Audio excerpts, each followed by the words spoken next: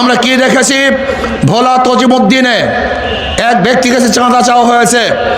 চাঁদা না দেওয়ার কারণে স্বামীকে বেঁধে রেখে স্বামীর সামনে তার স্ত্রীকে ধর্ষণ করা হয়েছে। আমরা কি দেখেছি, অফিস ভাড়া দেওয়া হয়েছে, মালিক ভাড়া আনার কারণে, ভাড়া চাওয়ার কারণে নির্মমভাবে তাকে হত্যা করা হয়েছে। আমরা কি দেখেছি, বগুড়ায় এক মেয়ের প্রস্তাব দিয়েছে আমি বিবাহ করব, বাবা রাজি না হওয়ার কারণে সবার সামনে সেই বাবাকে হত্যা করা হয়েছে। আমরা কি দেখেছি, এক যুবককে চাঁদা চাওয়ার কারণে মায়ের সামনে যুবককে হত্যা করা হয়েছে। আমরা কি দেখেছি, চাঁদা না দেওয়ার কারণে পাথর দিয়ে মানুষকে থেতলিয়ে দেওয়া হয়েছে। এর জন্য আন্দোলন সংগ্রাম আমরা করি নাই, এই চাঁদাবাজের জন্য আন্দোলন করি নাই, গুন্ডামের জন্য আন্দোলন করি নাই। আমরা কি দেখেছি, 5ই আগস্টের পরে একটা দল হাজার হাজার মানুষের বিরুদ্ধে মিথ্যা মামলা ঠুকে দিয়েছে এবং মিথ্যা মামলা ঠুকে দিয়ে লক্ষ লক্ষ কোটি কোটি টাকা অবৈধভাবে বাণিজ্য করেছে। এর জন্য আমরা আন্দোলন করি নাই, সংগ্রাম করি নাই। আমার প্রিয় বরিশালবাসী, আসুন, ওদেরকে বারবার দেখেছেন, নতুনভাবে আর দেখার কিছু নাই। কিন্তু আমাকে, আপনার এই সন্তানকে একটাবারও পরীক্ষা করেন নাই, ওদেরকে বারবার পরীক্ষা করেছেন, বারবার ফেল করেছে, এরপরে পরীক্ষার হলে ঢুকিয়েছেন, কিন্তু আপনার এই সন্তানকে একটাবার পরীক্ষা দেওয়ার সুযোগ দেন নাই। আমি বরিশালের মানুষকে অনুরোধ করব, করজোর অনুরোধ করব, একটাবারের জন্য আমাকে পরীক্ষা করুন। যদি ফেল করি, দ্বিতীয়বার আপনাদের কাছে আসবো না ভোট নেওয়ার জন্য।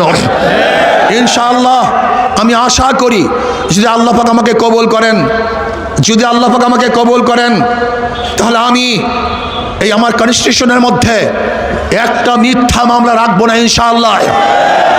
জুলুম অত্যাচার বন্ধ করার জন্য 100% চেষ্টা করবে ইনশাআল্লাহ।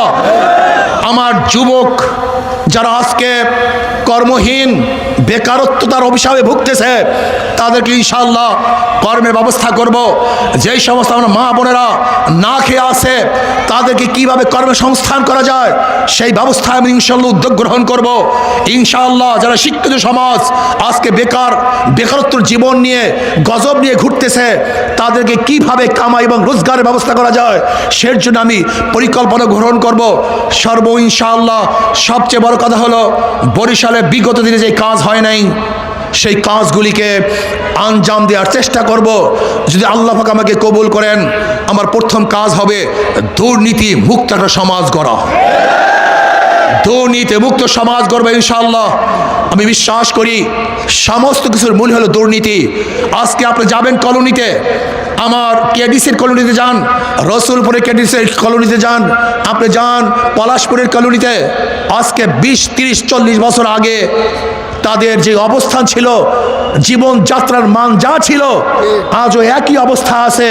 হাজারো হাজারো দায়িত্বশীল এবং ক্ষমতাশীলরা পরিবর্তন হয়েছে, কিন্তু আমার গরিবদের ভাগ্যের পরিবর্তন হয় নাই, ওদের জীবনযাত্রার উন্নয়ন হয় নাই। ওদেরকে বারবার ঠকিয়ে ওরা ভোট নিয়ে আঙ্গুল ফুলে কলগাছ হয়েছে, কিন্তু আমার গরিব দুঃখী মেহনত মানুষের ভাগ্যের পরিবর্তন ওরা করে নাই। এই ডাকাত এবং চোর লুটেরাদের বিরুদ্ধে একটা আন্দোলন করতে হবে, সংগ্রাম করতে হবে ইনশাআল্লাহ। আমি বরিশালে কোনো দল বুঝি না, আমি কোনো দল বুঝি না, নেতা বুঝি না, আমি শুধু একটা কথাই বুঝি, আপনি যে দল করেন না কেন, বরিশাল উন্নয়নের জন্য, এই জাতির মুক্তির জন্য, এই কেস মিথ্যা কেসের গজব থেকে মানুষকে বাঁচাবার জন্য, এই চাঁদাবাজির গজব থেকে মানুষকে বাঁচাবার জন্য একটাবারের জন্য হাত পাখাকে নির্বাচিত করুন, একটাবারের জন্য আমাকে নির্বাচিত করুন ইনশাআল্লাহ। আমি ওয়াদা দিতে পারি, এই বরিশালের চাঁদাবাজদের কবর রচনা করবে ইনশাআল্লাহ।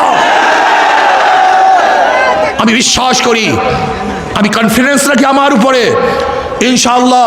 আমি প্রশাসনের সাথে বৈঠক করে আশা করি ইনশাআল্লাহ, যদি আমাকে 12 তারিখে নির্বাচন করেন, আমি প্রশাসনের সাথে বৈঠক করে 13 তারিখের পরে যারা দুর্নীতিবাজ নয়, অন্যায় করে নয়, তারা ঘরে ঘুমাবেন, তাকে কোনো প্রশাসন ডিস্টার্ব করতে পারবে না।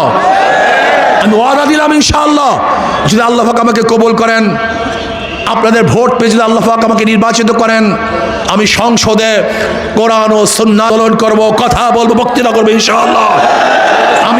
আমি মুসলমান, হিন্দু, বৌদ্ধ, খ্রিস্টানদের পক্ষে কথা বলবো। আল্লাহ আমাকে এবং আমাদের সবাইকে ঐক্যবদ্ধভাবে এই বরিশাল গড়ার তৌফিক দান করেন।